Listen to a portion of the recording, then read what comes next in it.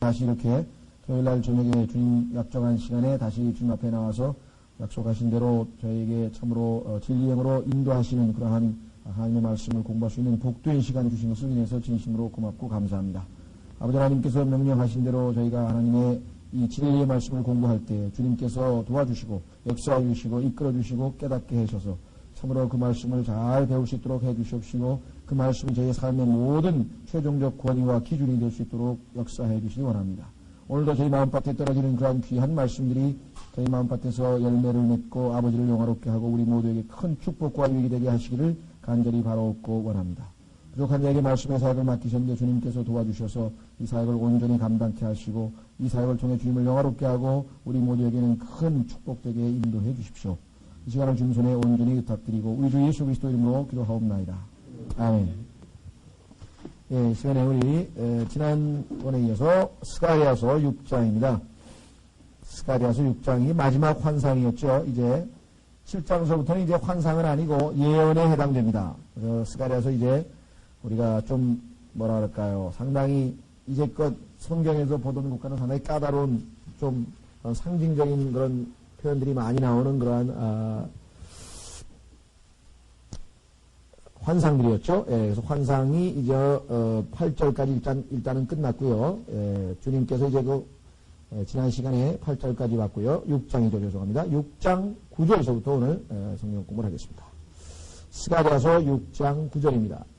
스가랴서 6장 9절. 주의 말씀이 또 내게 임하니라. 이르시되 너는 포로된 자들 중에서 곧 바빌론에서부터 돌아온 헬데와 도비야와 여다야에게서 물건을 취하고 또 같은 날에 와서 스바냐의 아들 요시아의 집으로 들어가 금과 은을 취하여 왕관들을 만들어 여호사닥의 아들 대제사장 여호수아의 머리에 씌우고 그에게 말하여 이르기를 만군의 주께서 이같이 말씀하시니라. 이르시되 그 이름이 가지인 이 사람을 보라.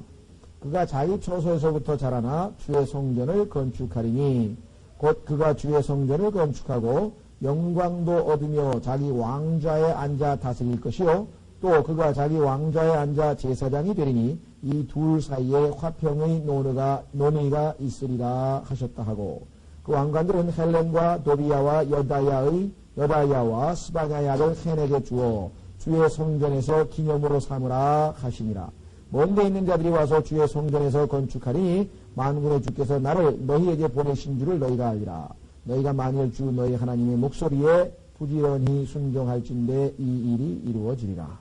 자, 9절부터 15절까지입니다. 자, 우선 이게 환상에 대해서는 지난번에 우리가 살펴서 해석을 했고 주님께서 이제 9절서부터 다시 말씀을 했는데 자, 내용이 이제 포로된 자들 중에서 사실은 포로는 생활은 끝났죠. 돌아왔으니까. 그러나 여전히 과거에 포로였던 자들, 그런 의미에서 포로된 자라고 지금 얘기를 한 거죠. 우리도 뭐 그런 얘기 많이 하잖아요. 지금도, 옛날에 어딥니까? 거제도인가요? 거제도에서 무슨 포로라 그랬죠? 예, 방공포로. 그러면 옛날에 내가 방공포로였다고 해서 과거에 그 포로였던 사실들을 지금도 얘기를 하잖아요. 예, 그런 것처럼, 여기도 지금 이미 바벨론에서 포로로 돌아왔지만 포로 되었던 자들이라는 그런 어떤 칭호가 이들에게 붙어 있습니다.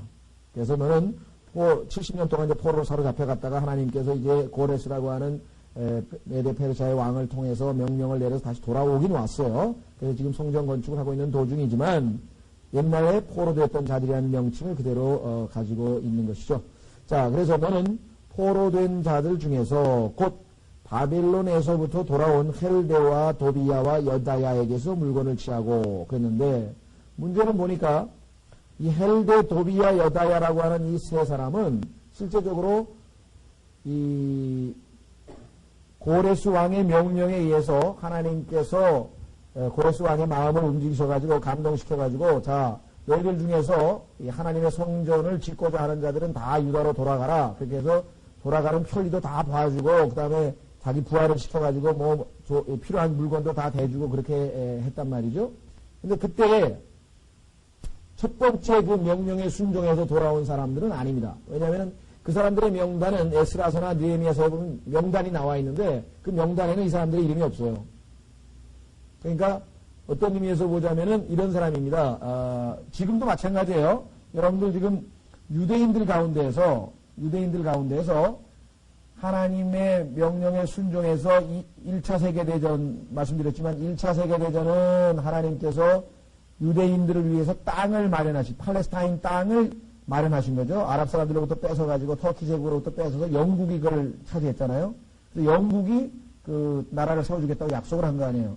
근데 유대인들이 결국은 그 하나님의 계획에 순종하지 않아서 할 수 없이 2차 세계대전을 통해서 이번에는 어떻게 됩니까? 그 땅에 돌아갈 유대인들을 하나님께서 준비시키셔서 이제 약 300만 정도는 돌아갔습니다. 그러나 전 세계에 약 1800만 정도의 유대인 가운데 안 돌아가고 있는 사람들도 많죠.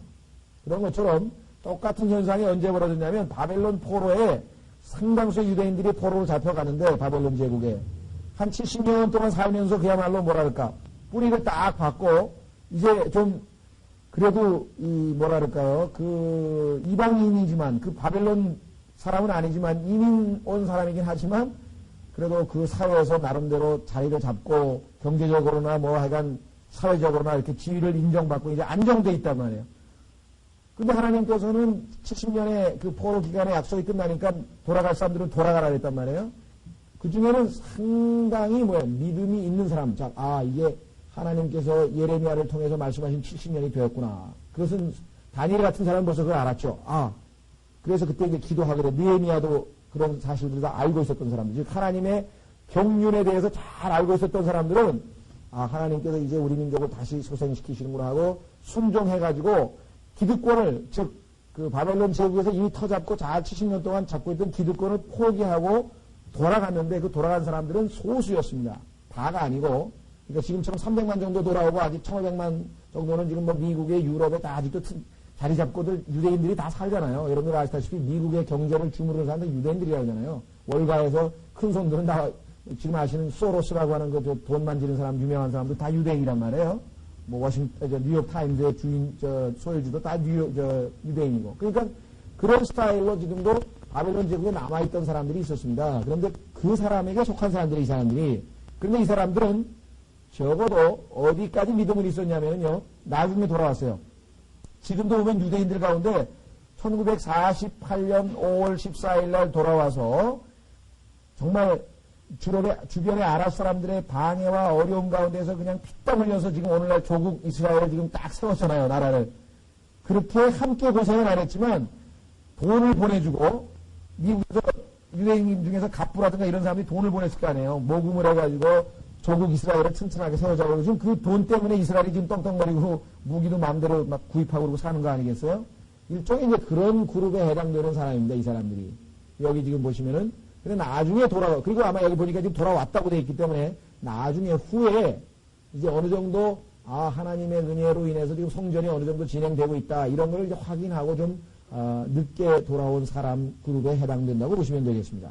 그래서 물질적으로 동참했던 사람들이었다. 이렇게 지금 보시면 되겠습니다. 자, 그러면은 너는 포로된 자들 중에서 곧 바벨론에서 또 돌아온 헬데와 도비야와 여다야에게서 물건을 취하고 이들이 이제 참 하나님께 물질적으로 이 성전 건축에 필요한 예물들을 많이 바친 그런 대표적인 사람들이거든요. 자, 그 다음에 또 같은 날에 와서 스바냐의 아들 요시아의 집으로 들어가. 여기도 이제 이 집에다가 아마 하나님의 그 헌물, 하나님께 바칠 그 성전 건축에 필요한 그런 모든 예물들을 아마 거기다가 이렇게 보관해 놨던 것 같아요. 그래서 거기에 들어가서, 그 집으로 들어가서 금과 은을 취하여 왕관들을 만들어. 이렇게 되어 있습니다. 자, 금과 은을 취하여. 자, 여러분들 지금 아까도 제가 조금 전에 말씀드렸지만요. 비록 유대인들이 전 세계적으로 국가적인 국력으로 보면은 별 그렇게 강국에 속하지 않죠. 인구수로 보나 또 무슨 뭐 국민소득으로 보나 또 그다음에 이 경제력으로 보나 모든 면에서 봤을 때 그렇게 지금 이 선진국 대열에 이렇게 들어가 있는 나라 아니거든요. 이스라엘이. 그러나 실제적으로 지금 600만 정도 됐죠. 600만 이외에 약 1200만 명 정도에 흩어져 있는 유럽이나 미국에 흩어져 있는 유대인들이 가지고 있는 재산을 합치면 세계에서 최고로 부자 나라가 될 수도 있을 정도로 바깥에 있는 유대인들은 재력이 아주 대단하다 이 말이죠. 자, 일종의 이제 그와 유사한 현상이 바로 여기서도 벌어진 것입니다. 금과 은을 많이 많이 가지고 돌아왔어요. 이제 바벨론에서 70년 동안 하나님께서 유대인들을 크게 부하게 하셔가지고 돈을 많이 모아가지고 이 고국으로 돌아온 사람들이 바로 이 사람들입니다. 그래서 금과 은을 취하여 왕관들을 만들어. 자, 여호사닥의 아들 대제사장 여호수아의 머리에 씌우고 이렇게 되어 있습니다. 자, 그러니까 이제 왕관들을 만들었는데 대제사장의 머리에 씌웠다. 자, 이게 참 우리가 보기에는 이해가 안 되는 거죠. 왜? 왕관은 누가 써야 됩니까? 왕이 써야 되잖아요. 근데 왕이 안 쓰고 대제사장에다 씌웠다 이 말이죠. 그러니까 여기서는 지금 소위 말하면 재정 일치가 지금 보이는데 종교의 모든 최고 책임자가 대제사장이고 정치의 최고 책임자가 스룹바벨이라고 하는 이제 총독이 있었는데 유다에 그러니까 정치 지도자 있고 종교 지도자가 있었는데 이때는 종교 지도자인 여호수아에게 왕관을 씌웠단 말이에요. 그러니까 통치하는 것도 지금 여호수아에게 일임을 한다 이 말이죠. 자, 이것은 여러분들이 예수 그리스도를 통해서 확인해 볼 수가 있어요. 예수 그리스도는 지금 현재 뭡니까? 대제사장이죠. 히브리서에 보면 우리의 대제사장은 우리의 모든 긍휼을 약함을 다 채워하시고 하면서 쭉 나오잖아요. 그래서 지금 하늘 보좌 우편에서 우리를 위해서 중보하고 계시고 대제사장의 역할을 하고 계시는 분이 예수 그리스도시죠. 그렇죠? 그런데 그 대제사장 되신 분이 재림하실 때는 뭐로 오시는 거예요? 왕으로 오시는 거예요. 그래서 대제사장이면서 동시에 왕이 되실 예수 그리스도를 여기서 지금 예표하기 위해서 대제사장인 여호수아의 머리에다가 지금 왕관들을 씌우는데 이 왕관들은 계시록으로 가보십시다. 계시록 19장 12절에 예수 그리스도께서 쓰고 오시는 그 왕관들에서 증명이 된다. 계시록 19장 12절을 보시면 예수 그리스도께서 왕관들을 쓰고 옵니다. 조심하셔야 돼요. 왜? 계시록 6장에 나오는 적 그리스도는 왕관을 하나만 썼습니다. 계시록 6장에 나오는 흰말을 타고 나타나는 그 엉터리 가짜 그리스도는 왕관이 하나만 나와 있어요. 그래서 계시록 6장에 나와 있는 그 흰말 탄 사람하고 계시록 19장에 나오는 흰말 탄 분하고 같은 분이다. 이렇게 보통들 거의 대부분의 신학교나 일반적으로 거의 그렇게 다 가르쳐 놨습니다. 그러나 계시록 6장의 흰말 탄 분은 분이 아니죠. 흰말 탄 자는 적 그리스도입니다. 왜? 그 사람의 뒤를 이어서 붉은 말이 나오고 검은 말이 나오고 청백한 말이 나오는데 전쟁이 일어나고 막 기근이 일어나고 사망이 일어나고 적 그리스도가 나타나는 곳에 그러한 엄청난 파괴적인 현상이 일어날 거 아니겠습니까? 더더군다나 그런 흰말 타고 나타났어요. 왜 그랬을까요? 계시록 19장에 진짜 예수 그리스도가 나타나기 전에 항상 선수를 친다고 했잖아요. 예수 그리스도께서 진짜 유대인의 왕이신데 가짜로 유대인의 왕 노릇을 한 게 시저 아니에요. 시제 가이사. 그렇죠? 성경에서 항상 누가 먼저 선수를 친다고요? 예, 가짜가 먼저 선수를 치고 뒤에 진짜가 온단 말이에요. 하나님께 경배할 때에도 가인이 먼저 선수를 쳤고 아벨이 나중에 진짜 하나님께 합당한 경배를 드리고 아담은 뭐예요? 실패해서 하나님 앞에 실패했고 두 번째 예수 그리스도가 다시 이기시고 승리하시고 항상 뭐예요? 첫 번째는 실패죠. 그래서 첫 번째, 두 번째에서 항상 두 번째가 하나님께서 쓰시는 그런 원칙이 있는데요. 자, 어쨌거나 여기도 계시록도 마찬가지입니다. 6장에 나와 있는 흰말 탄자와 19장에 나와 있는 흰말 탄자는 다르다. 그래서 그 나중에 뭐 그런 주제가 나올 때도 공부를 하고요. 초점은 왕관들에다가 보겠습니다. 12절. 그분의 눈은 불꽃 같고 그분의 머리 위에는 많은 왕관이 있으며 또 기록된 한 이름을 가지고 계시되 그분 밖에는 아는 자가 없고 또 그분께서 피에 담근 옷을 입으셨는데 그분의 이름은 하나님의 말씀이라 일컬음을 받더라. 그러니까 예수님이라고 하는 것이 분명하죠. 예수 이름이 나와 있는 것처럼 하나님의 말씀이신 그분 아닙니까? 14절 하늘에 있는 군대들이 희고 깨끗한 고운 나무풀을 지고 흰말을 타고 그분을 따르더라. 그분 자신이 이미 흰말을 타고 오셔요. 그분이 이미 흰말을 타고 오시고 그 따르는 자들도 흰말을 타죠. 흰말 타시는 분은 11절에 나와 있습니다. 또 내가 하늘이 열린 것을 보니 보라 흰말이라 그 위에 타시니는 신실하시니 참되시니라. 그래서 이 외국의 많은 그 설화나 이런 데 보면은 구세주, 자기 말은 우리 민족을 구출하기 위해서 뭐 누가 백마를 타고 온다는 얘기가 전설이 많이 있습니다. 성경에 나온 얘기죠. 인유에서 나온 얘기죠. 자, 다시 돌아가셔서 금과 은을 취하여 자 스가랴서 6장 11절 왕관들을 만들어 여호사닥의 아들 대제사장 여호수아의 머리에 씌우고 그에게 말하여 이르기를 이렇게 나오죠. 예. 자 만군의 주께서 같이 말씀하시니라 그랬습니다. 이르시되 그 이름이 가진 이 사람을 보라. 자 우리는 이제 여기서 아주 중요한 몇 가지를 보겠는데 가지 나중에 좀 살펴보고요. 자, 영어는 이 사람을 보라가 먼저 나와요. Behold 이런 말이 나오는데요. Behold the man. 자, 이 사람을 보라. 근데 그 사람이 누구예요? 가지라. 이름이 가지인. 그래서 우리는 가지에 대해서 이미 네 가지 가지 사복음서와 연관시켜서 이미 공부를 했기 때문에 이미 아시는 것처럼 이분이 바로 다름 아닌 주 예수 그리스도를 언급하고 있는데, 자, 우선 이 사람을 보라라고 하는 표현을 한번 살펴보겠습니다. 이 사람을 보라. 자, 이 사람을 보라고 하는 표현은 누가 복음서에서 하냐면 요한복음 19장으로.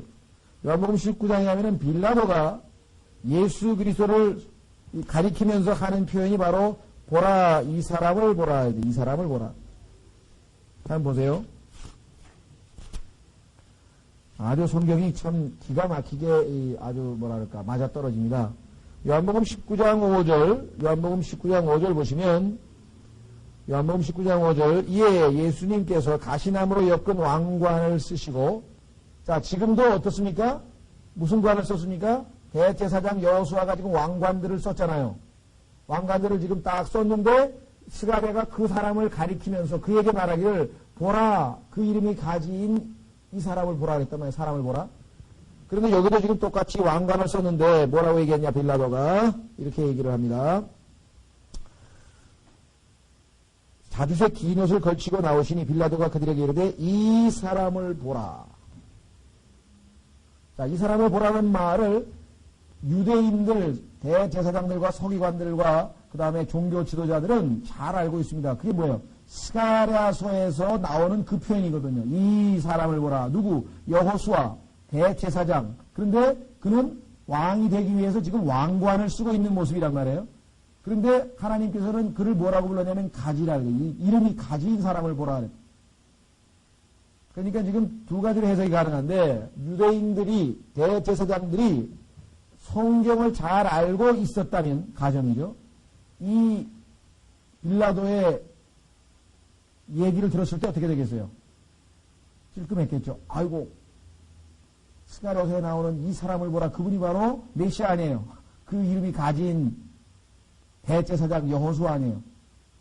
그럼 자기들이 지금 누구를 죽이고 있다는 것을 아마 양심에 아마 찔림이 있었을지도 모르겠고, 두 번째 가정은 성경을 너무 몰라가지고, 왜 예수님 당시에 보니까 이 사람들이 성경에 대해서 무식함을 여러 번 보였거든요.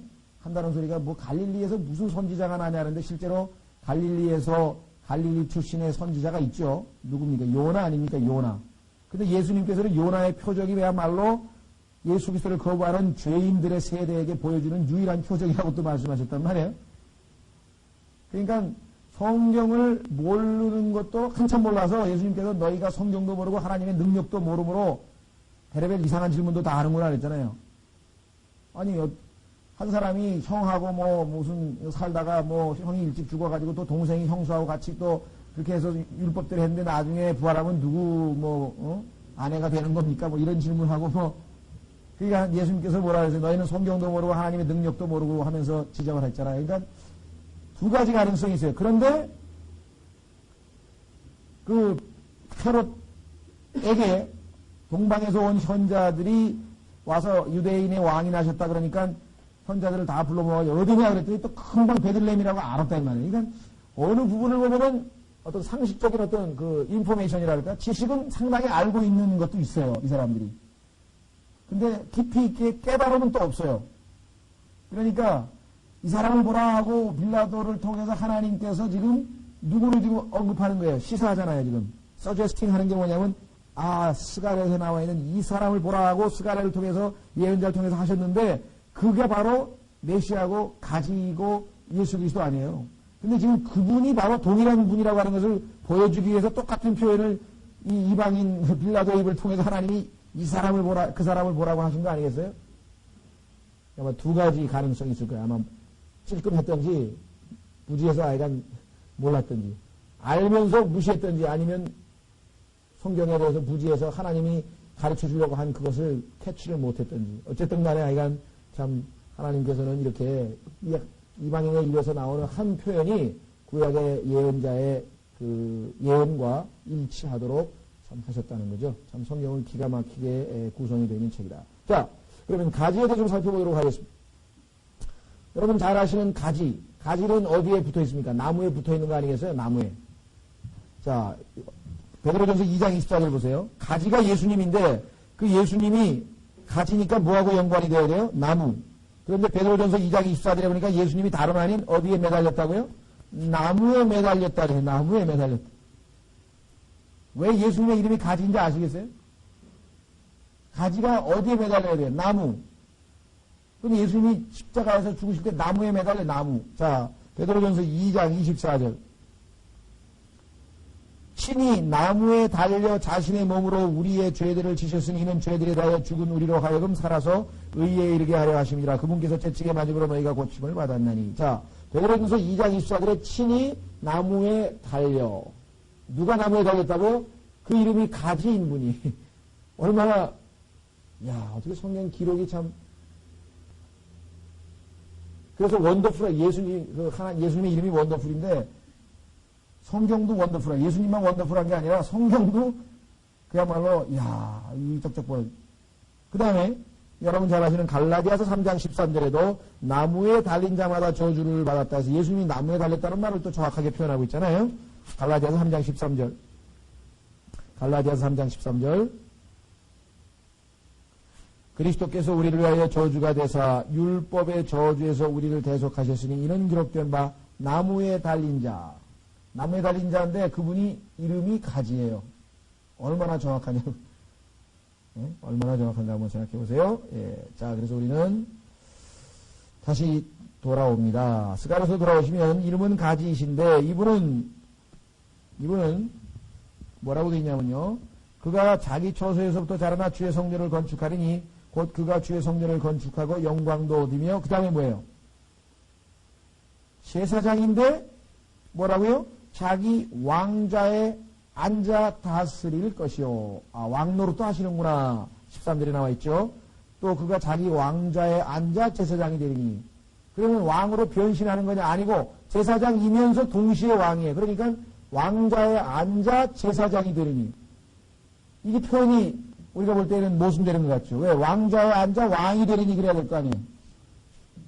그러니까 동시에 이중직임을, 즉 왕이면서 제사장인 것 두 가지. 왜 그래요? 여전히 우리는 제사장이 필요한 거죠.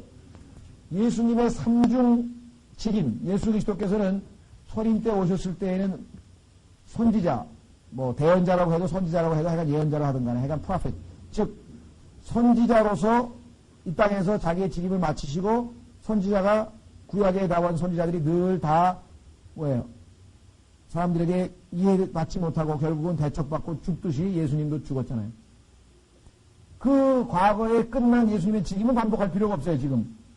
지금 현재는 예수님께서는 하늘에서 대제사장의 직임을 담당하고 계시.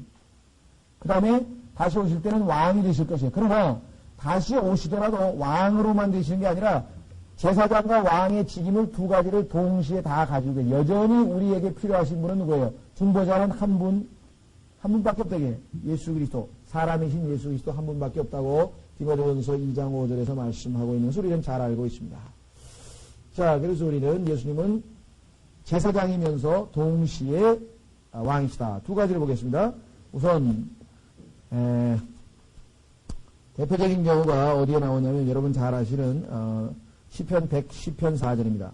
시편 110편 4절에 그 유명한 멜키세덱이라고 하는 인물이 나오죠. 그 멜키세덱이라고 하는 인물은 희한해요. 왜? 제사장이에요. 그런데 동시에 왕이에요. 아, 그래서 하나님께서는 히브리서에서 네가 멜키세덱의 반열에 따른 제사장이라고 여러 번 반복을 했구나. 단순한 제사장이 아니라 그저 아주 익셉셔널, 아주 그냥 예외적인 제사장이라고. 왜 그래요? 구약에서 보시면은 제사장과 왕은 완전히 분리되어 있어요. 그래서 사울이 왕이었죠. 제사장은 사무엘이었단 말이에요. 사무엘이 제사를 드려야 되는데, 희생을 드려야 되는데, 사울이 주제넘게 제사장 노릇까지 하려다가 하나님 앞에 버림을 당했죠. 또 우리아라고 하는 왕도 왕인데 자기가 성전에 들어가서 제사장이 할 일을 했다가 어떻게 됐어요? 문둥병자가 돼버렸단 말이에요. 하나님은 구약에서는 이게 엄격하게 구분되는 두 가지 직임이 다른 거거든요. 그러니까 그런 역사적 사실에 비춰봤을 때 여기는 파격적이잖아요. 어떻게 제사장인데 동시에 왕이 되냐. 이게 예수 그리스도에 관한 예언이니까 우리가 이해를 하는 거예요. 아, 예수님은 제사장이면 나중에 왕이 되실 분이기 때문에 이해가 되는 거죠. 자, 다시 시편 110편 4절로 오시면 주께서 맹세하시고 후회하지 아니하시리니 이르시되 너는 멜키세덱의 계통에 따른 영원한 제사장이라. 자, 멜키세덱에 따른 영원한 제사장이라 그러는데, 자, 한번 보겠습니다. 히브리서에 가서 뭐라고 해석이 되어 있나? 이 멜키세덱은 제사장이지만 동시에 뭐냐? 히브리서 한번 보겠습니다. 7장. 히브리서 7장 1절에 이 멜키세덱이라고 하는 인물은 정말 아주 뭐랄까 신비의 인물이죠. 성경에서도 지금 뭐 이거 족보도 없고 아비도 없고 뭐 어디서 갑자기 나타나는지 모른다고 이렇게 얘기를 했죠. 성경 자체도. 자, 7장 1절부터 보시면은 히브리서 이 멜기세덱은 살렘 왕이요 지극히 높으신 하나님의 제사장이라. 아, 그러니까 왕이면서 동시에 제사장인 인물. 바로 멜기세덱이죠. 멜기세덱. 자, 그래서 2절에 보시면 아브라함도 모든 것을 10분의 1을 그에게 주었느니라. 그 이름을 해석하면 첫째로 의의 왕이요 그 다음은 살렘 왕이니 곧 화평의 왕이요 아버지도 없고 어머니도 없고 혈통도 없고 시작한 날도 없고 생명의 끝도 없어 하나님의 아들과 같이 되어 항상 제사장으로 있느니라. 항상 제사장으로 있느니라. 예수님께서는 지금 현재 제사장이면서 영원토록 그렇죠. 자, 그래서 우리는 이 예수 그리스도의 두 가지 직임에 대해서 우리가 살펴봤습니다.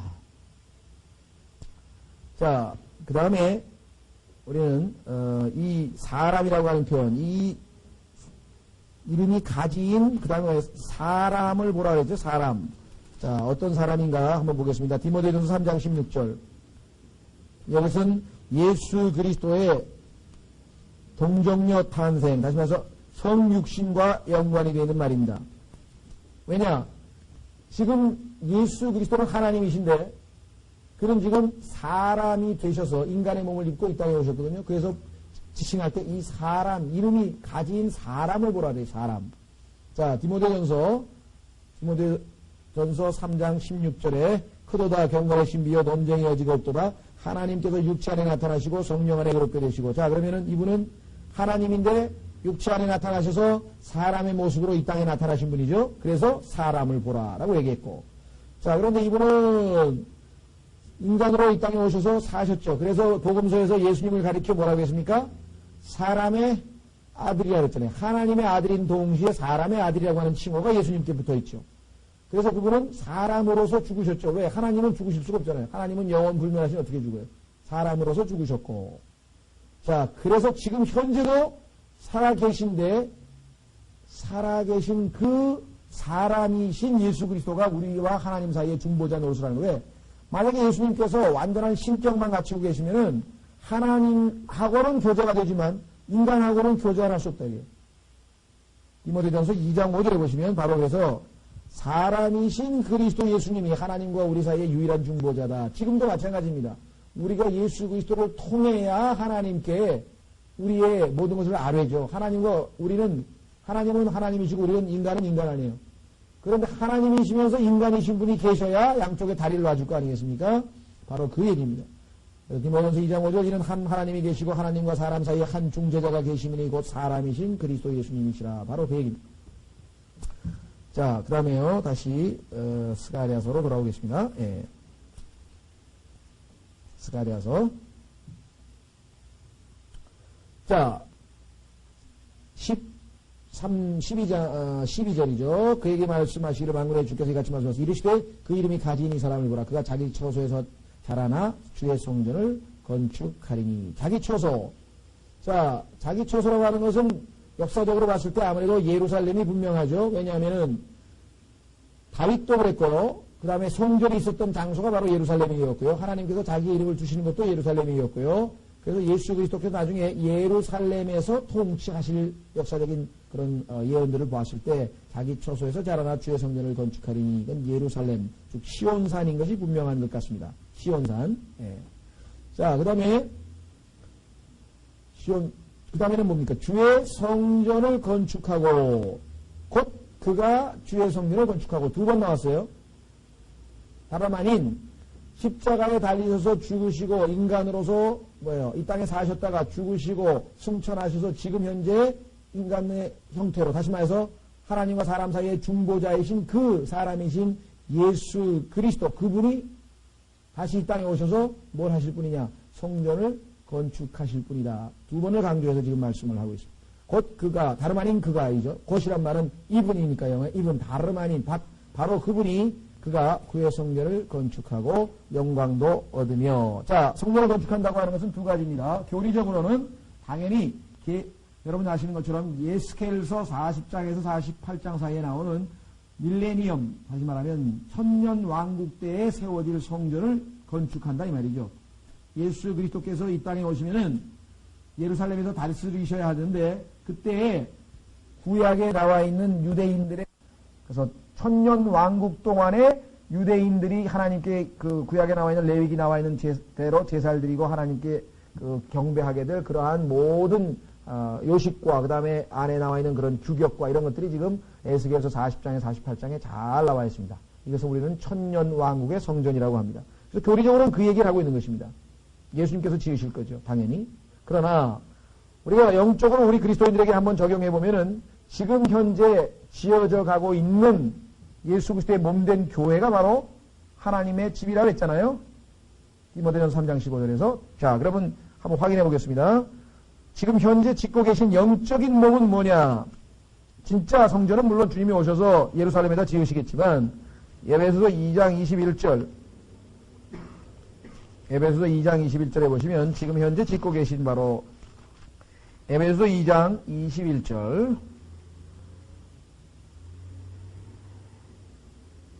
20절서부터 보겠습니다. 너희는 사도들과 대언자들의 기초 위에 세워진 자들이니 예수 그리스도께서 친히 으뜸 모퉁이 돌이 되셨느니라. 그분 안에서 모든 건물이 서로 꼭 맞게 뼈대를 이루어 주 안에서 거룩한 전이란 말이 이게 하우스 아니에요? 템플이라고 같은 말이죠. 하나님의 하나님의 집 전으로 자라나고 그분 안에서 너희도 성령을 통하여 하나님의 뭐라고요? 거처로 함께 세워졌느니라. 그래서 보이지 않는 예수 그리스도의 몸된 교회 이것을 지금 현재도 건축하고 지금 짓고 계신다고 말씀하셨죠. 자, 베드로전서 2장에도 동일한 말씀이 나옵니다. 리빙스톤 산돌이신 그분께로 나와 이 말 있죠. 한번 보겠습니다. 베드로전서 2장 5절. 이 시대는 보이는 성전은 없습니다. 여러분 잘 아시다시피 요즘에 일반 교회에서 성전 건축, 성전 건축 그건 아무래도 이 성경의 신학적인 교리를 잘 모르는 사람들이 하는 말이죠. 성전 건축은 지금 예배당 건축, 교회당 건축 그거하고 딴 얘기예요. 성경에서 얘기하는 거는. 신약에서는 지금 성전은 우리들 몸에 사람의 몸이고 그래서 참 뭐 일부러 우리가 그 꼬집기 위해서 하는 건 아니지만 지금 그만큼 사람들이 이 신약적인 교리에 대해서는 전혀 지금 모르고 있다는 얘기죠. 제가 아마 재미있는 얘기를 말씀을 드렸는지 모르겠는데 지금도 이 교회들을 가면은 주보에 보면은 나옵니다. 성전 건축 헌금 이렇게 써붙이 지금도 그렇게 하고 있는 사람들이 많아요. 과거에 제가 한번 그거 가지고 좀 장로교 다닐 때 집사 시절에 이제 목사님하고 좀 제가 다퉜어요. 나는 이제 그 교회가 그래도 상당히 기본적으로 교리적인 그런 기초는 돼 있는 그런 교회인 줄 알고 이제 가서 뭐 그냥 신앙생활 하다가 뭐 몇 가지 마음에 안 드는 건 있어서 예를 들면은 처음에 몇 가지 물어봤죠. 왜 여기 꼭 그 헌금 명단에다가 누가 11조 냈고 누가 11조 냈고 이거 왜 꼭 써야 됩니까? 이제 그런 것들 해가면서부터 시작해가지고 하여간 제가 보기에는 저 비성경적인 것을 몇 가지 그냥 이렇게 그냥 가볍게 이제 물어봤는데 가장 이제 좀, 이거는 안 되겠다 싶었던 게 뭐냐면 이 성전 얘기인데, 그때 그 교회가 보니까 소위 말하면 성전을 이제 막 건축을 해가지고 얼마 안 된 상황이었어요. 그래가지고, 하여간 뭐 그 얘기를 그냥 기도할 때마다 나오는데 계속 이 성전 건축이란 말이 나오더라고요. 장로님이 이제 소위 말하면 기도하는데, 그래서 도저히 안 되겠어. 그래서 제가 제 후배 목사에게 가서 얘기를 했어요. 목사님, 다른 거는 내가 꼭 무슨 11조 누가 냈다 이런 거 했다 하는 것도 가능하면 안 했으면 좋겠지만, 그거 안 하면 또 냈는지 안 냈는지도 모르고 띄어먹었니 말았니 그런 소리 나온다고 해서 한다니까 난 그건 모르겠습니다. 그러니까 나로서는 그거 안 하는 게 더 좋을 것 같지만, 그러나 교리적으로 이 성전이 무엇인지를 모르는 게 심각한 얘기입니다. 그것도 장로님이 말이지. 기도하는데 이게 성전이 자기가 성전인데 성전 건축 헌금 내라고 이게 한두 번도 아니고 이게 지금 좀 귀에 거슬려가지고, 그거를 좀 목사님이 장로님을 불러다가 차분하게, 그리고 장로님 됐으면 지금 여기 목사님, 여기 부임하신 지가 얼마나 되는지 모르지만, 담임 목사님 나이 많으셔서 모르시면은, 장로님이 목사님이 좀 데려다가 이렇게 해서 교리적으로 잘 설명을 해가지고, 다음부터는 예배당 건축으로 하시고, 어려울 것도 없지 않습니까? 가르쳐 주는 게. 그랬더니, 꼭 그러실 필요가 있을까요? 그래서 하여간 그때 참 다니면서 아주 힘들었어요. 그거 이외에도 이제 안 맞는 게 많잖아요. 그런 걸 일일이 얘기하자니 이게 믿을 한도 없을 것 같고, 그렇다고 해서 그냥 웬만한 거를 이게 넘어갔는데, 교리적으로 너무나 문제가 되는 거는, 이거는 아무래도 안 될 것 같습니다 하고 지금 말씀을 드린 적이 있었는데요. 하여간 제가 좀 빗나갔습니다만, 여기도 지금 성전은 오늘날의 그리스도의 몸된 교회, 보이지 않는 것을 얘기합니다. 2장, 베드로전서 2장 4절. 참으로 사람에게는 거부당하였을 때 하나님께는 택하심을 받은 아름다운 산돌이신 주께 나와. 산돌이, 예수님이 산돌이에요. 리빙스톤이죠. 네. 너희도 생기가 넘치는 돌들로서, 우리도 산돌이에요. 영적인 집이라 그랬잖아요. 그러니까 눈에 보이는 이런 물질적인 집은 성전이 아니라는 성경에서 성경 한두 번만 읽어본 사람은 다 알죠. 그렇죠? 네. 그래서 영적인 집으로 건축되고 예수 그리스도를 통하여 하나님께서 받으실 영적 희생물을 드리는 거룩한 제사장이 되었도다. 로마 가톨릭 교회 사람들도 얼마나 성경을 안 읽었으면 여기 써 있잖아요. 영적인 희생물을 드리는 그런데 왜 육적인 예수님의 살과 피를 드린다고 맨날 미사 드린다고 하면서, 그 다음에 누가 제사장이에요? 우리가 다 제사장이라고 써 있잖아요. 근데 왜 가톨릭 신부만 그 사제란 말이 이제 프리스트란 말이죠. 제사장을 계급을 만들었는가. 말씀드렸지만 역사적으로 오리겐이라고 하는 사람이 제사장 계급을 특별한 계급인 것처럼 만들어서, 그런데 그것은 성경이 이미 주님께서 계시록에서 7교회에 대한 경고에 보면은 니골라파에 대해서 이미 경고가 나와 있잖아요. 그러니까 오리겐이라고 하는 사람은 예수 그리스도께서 계시록 2장 3장에 나와 있는 경고를 잘 귀담아 듣지 아니하고 성경을 몰랐다는 얘기죠. 그걸 알았으면은 제사장 그룹을 따로 만들어가지고, 다 제사장인데 무슨 제사장 그룹이 따로 있어요. 제사장 그룹을 따로 만든 그 장본인이, 오늘날 가톨릭의 신부 제도를 만든 장본인이 바로 오리겐이라는 사람이라고 말씀드렸습니다. 자, 우리는 이 성전 건축은 두 가지 의미라 그랬어요. 스가랴서 다시 돌아옵니다. 주님께서 성전을 건축한다는 얘기는, 첫째는 교리적으로는 미래적으로 예루살렘에다가 진짜 성전입니다. 그걸 천년왕국 성전을 지었는데, 그 성년왕국은요, 성전의 설계도와 치수와 모든 구조와 거기에서 진행될 예배의 모습이 이미 에스겔서 40장과 48장에 자세하게 나와 있어요.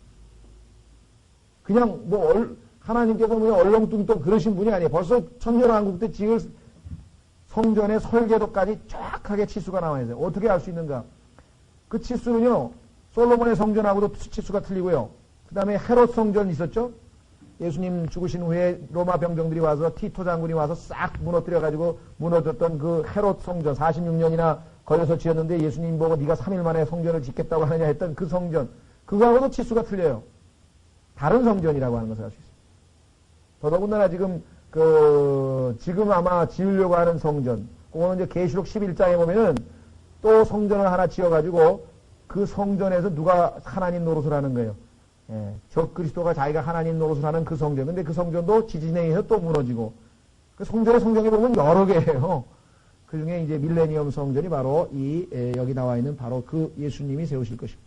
자, 넘어가셔서요. 13절 계속해서 보겠습니다.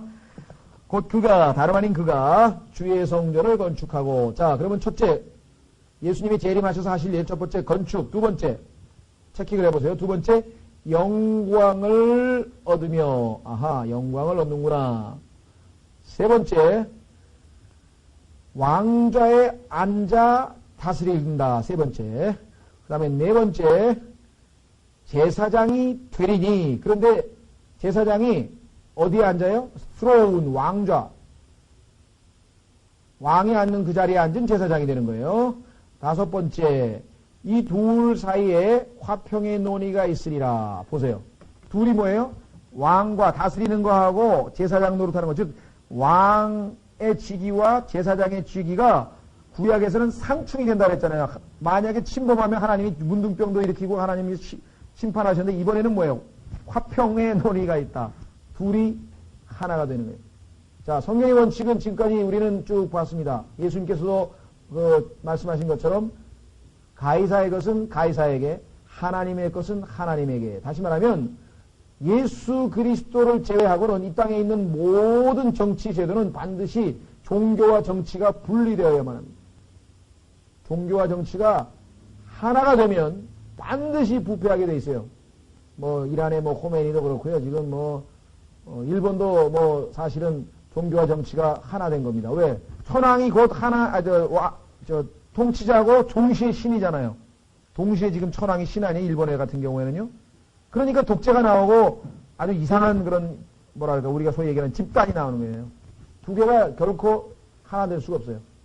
구약시도 마찬가지. 그런데 여기 보니까 예수 그리스도에게 와서 유일하게 권력이 집중된 거예요. 두 가지를 다 하시는 거예요. 그래서 예수님이 오셨을 때는 뭐예요? 왕으로 오신 게 바로 천국 아니에요. 천국. 그 다음에 영적인 것은 뭐예요? 하나님의 왕국. 그래서 하늘의 왕국, 하나님의 왕국 둘 다 예수 그리스도께서 장악하시고 군림하실 그때가 바로 여기 나와 있는 둘 사이에 화평의 논의가 있으리라 하셨다 하고 이렇게 되어 있습니다. 자, 그래서 우리는 스가랴서 6장 13절의 시츄에이션은 구약적으로 보면 아주 익셉셔널한 얘기다. 왜? 절대로 그 직임이 침범할 수 없다는 것. 그래서 우리는 예수 그리스도에 관한 예언으로 해석해야 이것이 딱 맞아 떨어지는구나. 우리는 알 수가 있죠. 자, 다시 조금 강조드리면 예수님은 지금 현재는 대제사장이십니다. 확인해 보겠습니다. 히브리서 9장을 보겠습니다. 지금 현재 예수님께서 대제사장이라고 하는 것을 확인할 수 있는 구절은 히브리서에 나와 있는데요. 히브리서 9장. 히브리서 9장에 보시면은요, 이렇게 되어 있습니다. 히브리서 9장 11절.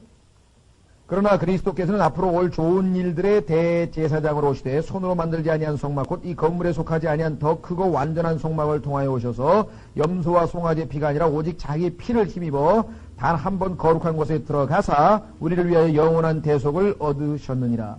예수님께서 승천하셔서 셋째 하늘에 들어가실 때, 하나님 앞에 들어가셨을 때 바로 그 상황이죠. 예, 그래서 영원한 대속을 이미 이루셨습니다.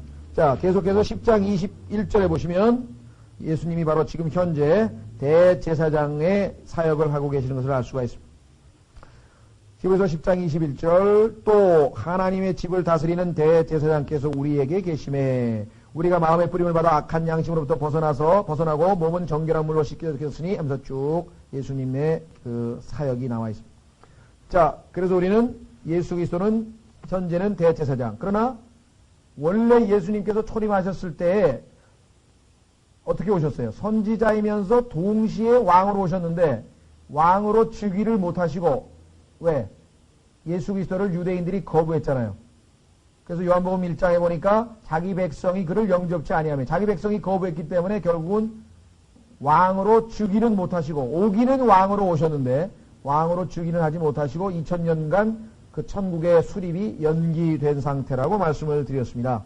그러나 성경에서 예수님 마태복음에 보면은 유대인의 왕으로 오신 예수 그리스도, 유대인의 왕으로 오신 예수 그리스도 하면서 예수님이 오셨을 때 왕으로 오셨다는 사실을 밝히고 있죠. 그러나 그들의 거부로 나중에 왕이 되실 것이다. 그래서 계시록 15장에 가서야 비로소 예수님이 왕이 되시죠. 자, 확인해 보겠습니다. 계시록 15장. 지금 현재 히브리서 10장에는 제사장, 미래에는 예수님이 왕으로 오시는데 계시록 15장 3절 계시록 15장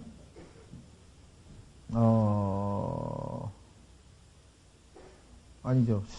15장이 아니지.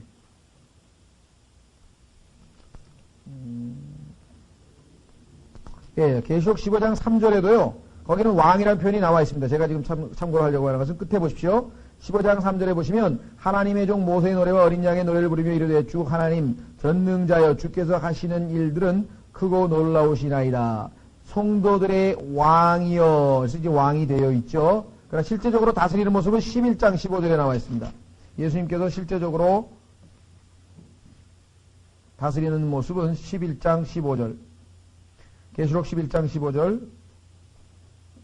일곱째 천사가 나팔을 불며 하늘에서 큰 음성이 있어 이르되 이 세상 왕국들이 우리 주와 그분의 그리스도의 왕국들이 되었으니 그분께서 영원 무궁토록 통치하시리로다. 이렇게 되어 있습니다. 자, 그래서 우리는 이 두 가지 직임. 자, 조금 더 보완 설명을 하면 여러분 잘 아시는 것처럼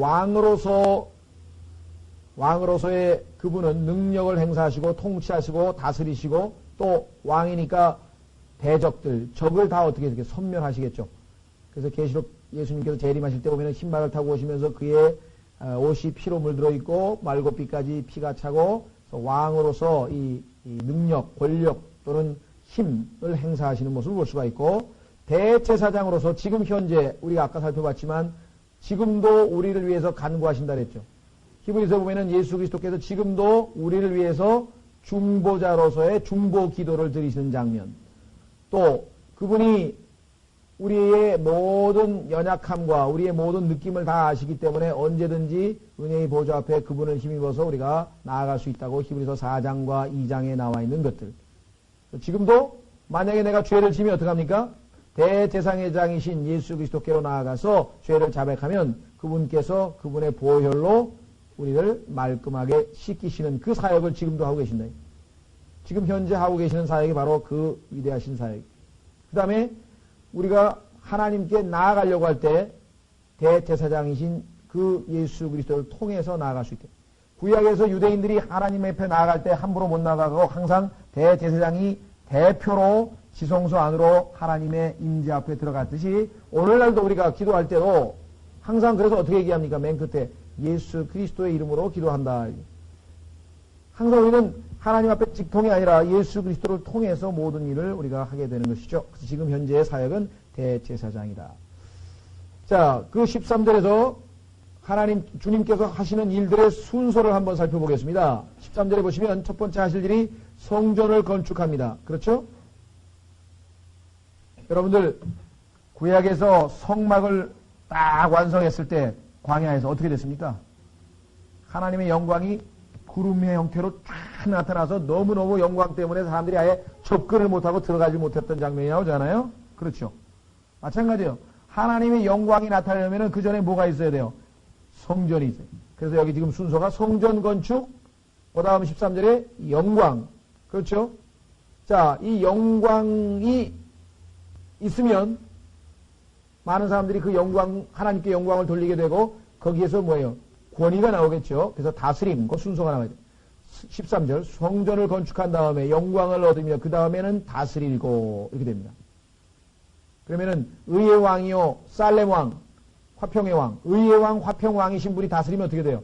화평의 논의가 있습니다. 그래서 이 순서가 우리에게는 상당히 영적으로 의미가 있습니다. 자, 14절로 가겠습니다. 그 왕관들은 헬렘과 도비야와 여다야와 스바냐의 아들 헨에게 주어 수의 성전에서 기념으로 삼으라 하시니라. 자, 어떤 분은 금방 가만히 있어보자. 10절에 보니까 헬데인데 왜 여기는 이름이 헬렘입니까? 그런 사람 있어요? 그 날카롭게 잘 지적을 했는데 성경에서는요, 베드로의 이름이 베드로라 그랬다가 시몬이라 그랬다가 이름 바뀐 사람이 이름이 달라지고 사울이었다가 바울이었다가 많죠?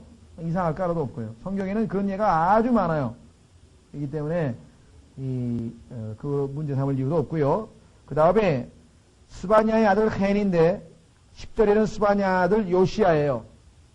이 경우에는 두 가지 해석이 가능합니다. 스바냐의 아들이 요시야 말고 또 헨이라고 하는 아들이 또 있는 건지 아니면 요시야의 다른 이름이 헨인지. 그래서 우리 보면은 한국 사람들도 보면 이름이 두 개인 사람이 집에서 부르는 이름 따로 있고 또 밖에서 부르는 이름 따로 있고 그런 경우 있죠. 예, 그래서 뭐 그 문제는 전혀 문제될 것은 없는 것 같습니다. 자, 주의 성전에서 기념으로 삼으라.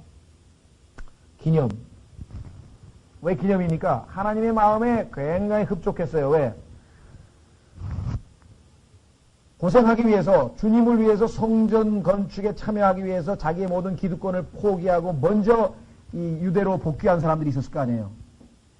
그런데 그 유대로 복귀한 사람들의 힘을 북돋워주고 그들을 돕기 위해서 물질로 나중에 모아서 물질을 가지고 와서 성전 건축에 많은 힘을 보탠 사람들이잖아요. 그래서 그 모습들이 하나님 보시기에는 기념할 만한 사건이다 이 말이에요. 우리도 지금 뭐 누굽니까? 무슨 저기 지하철에서 막 일본 사람 구했다가 뭐 김수현인가 이수현인가 뭐 있죠. 네, 일본 사람이 뭐 이렇게 지하철에 숙취해서 뭐 떨어졌는데 그 사람을 구하려다가 죽어가지고 일본에서 지금 막 기념비를 세우고 막 대대적으로 지금 막 했던 그 뭐 우리나라 제일 유학생 일본 유학생 하나 있었잖아요. 그 정도만 해도 지금 뭐예요? 기념비를 세우고 지금 기념 다락들을 만들고 그러네. 그렇죠. 인간들도 뭐예요? 아, 이거 참 기념할 만한 일이라면 뭐 전태일 열사도 만들고 뭐 다 만드는 거예요. 다 하나님께서 하시는 일을 우리가 인간들이 보고 배운 것입니다. 성경에 근거를 두고 있습니다. 그래서 지금 기념, 성경에 보면요. 하나님께서 이 미모리얼이란 말이 자주 나와요. 자, 어떤 걸 하나님께서 기념했느냐. 출애굽기 28장에 보면은 에봇이라고 하는 그 제사장의 옷 중에 여러 가지 종류 중에인데 그 중에 에봇이 있는데 그 양쪽 어깨, 에봇의 양쪽 어깨 있죠. 그 어깨 위에다가 두 가지 돌이 있습니다. 예, 어떻게, 누가 오셨네? 아, 예. 그러세요? 예, 예. 감사합니다. 예. 자, 그래서요.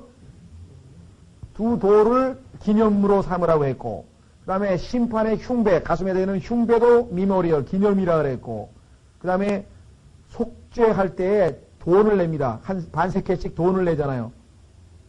성전세로, 세금으로, 그것도 기념이라고 성경에 했고, 그 다음에 나팔을 부는 것도 기념이라 그랬고, 그 다음에 요단강을 건넜는데, 어떻게 건넜어요? 물을 하나님께서 갈라지게 해가지고, 이들 백성들이 맨발로 건넜어요. 거기서 돌들을 지파마다 하나씩 다 주워서 기념비를 쌓아줘요. 그것도 기념할 만한 사건이고, 하나님께서 기념할 만한 사건들이 한두 개가 아니에요, 구약에 보면은. 그래서 여러분 아시는 것처럼, 이것도 하나님 보시기에는 기념하라 이게 기념. 그렇죠. 성도들이 먼저 주님을 위해서 우리도 지금 뭐 크게는 아니지만은 뭐 전수 앞에 나가서 지금 선교하고 그렇게 애쓰는 사람들에게 우리가 선교비도 지원하고 뒤에서 기도도 하고 물질로 돕고 이게 다 지금 하나님 보시기에는 기념할 만한 사건. 물론 영적으로 해석하면 그렇고요. 신약적으로 보자면 주님 앞에 우리가 주님을 기억하라. 이게 기념이죠. 이것도 그 고린도서 11장에 나오는 주의 만찬. 그것도 일종의 미모리얼이죠. 기억하는 거예요. 주님을 기억하기 위해서. 기념이라고 하는 것은 뭐냐면 그 사람을 기리고 기억하기 위해서. 아, 이수연이라는 사람이 이렇게 훌륭한 일을 했다고 기리는 게 바로 기념 아니에요. 그래서 우리 신약에서는 고린도서 11장에 나오는 바로 그 주의 만찬이 나를 기억하라 했잖아요. 주님을 기억하기 위해서, 즉 기념하기 위해서 하는 것이라고 우리가 볼 수가 있겠습니다. 자, 그래서 우리는 15절 마지막 하고 마치겠습니다. 자, 먼데 있는 자들이 와서 보세요. 유대인들도 당시에 있었던 사람들이 있었잖아요. 이미 먼저 와 있던 사람들이 있었고 바벨론에 먼데 있었던 사람들이 있었는데 그 사람들이 왔잖아요. 나중에. 지금 현재도 마찬가지라 그랬죠. 유대인들이 지금 1948년에 간 사람은 약 300만 밖에 안 되는데 러시아에서 지금 오고 있고 유럽에서 지금 다시 또 오고 러시아에서 지금 굉장히 많이 오고 있죠. 그 다음에 아프리카 뭐 에티오피아에서도 지금 모이고 있고 그렇게 와서 그 이스라엘 국가를 더 강성하게 하고 지금 세워져 나가는 거 아니겠어요? 마찬가지로 이때에도 먼 데에서 있는 자들이 와서 주의 성전에서 건축하리니 만군의 주께서 나를 너희에게 보내신 줄을 너희가 알리라. 이때는 이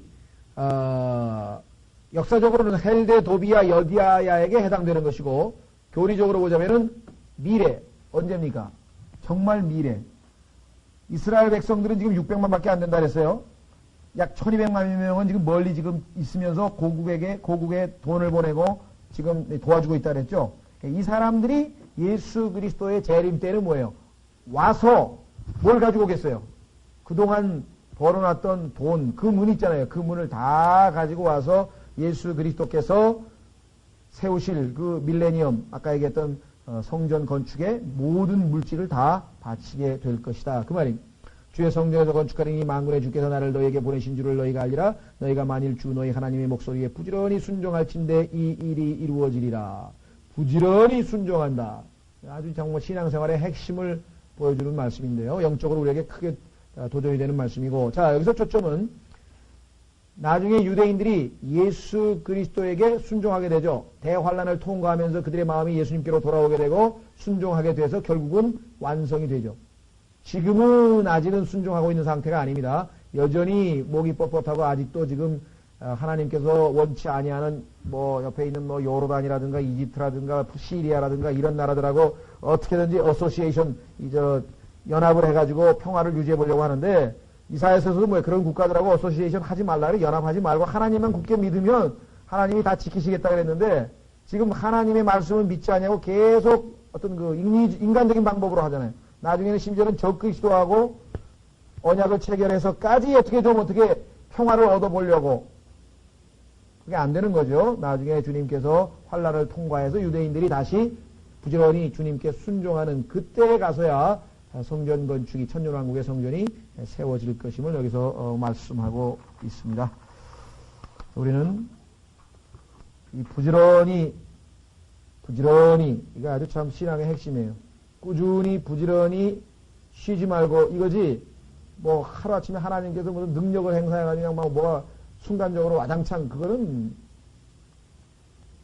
요즘에 아주 뭐랄까, 이 한국 우리 민족성하고도 관계가 있는 것 같아요. 우리 민족성이 빨리빨리를 좋아해서 그런지 막 신앙도 뭐든지 다 기도응답이고 뭐든지 그냥 빨리빨리, 그렇지 않아요. 로마서에 보면은 보이지 않는 것을 우리가 지금 기다리고 소망하고 있으니까 인내로서 믿음의 생활을 하라고 분명하게 지금 성경은 말씀하고 있어요. 바울도 뭐라 하죠? 내 안에서 주님께서 인내로서 먼저 본을 보이셨다고 얘기했잖아요. 신앙의 여기 핵심입니다. 부지런히 목소리에 순종하는 것. 자, 다음 시간에 이제 7장으로 들어갈 텐데요.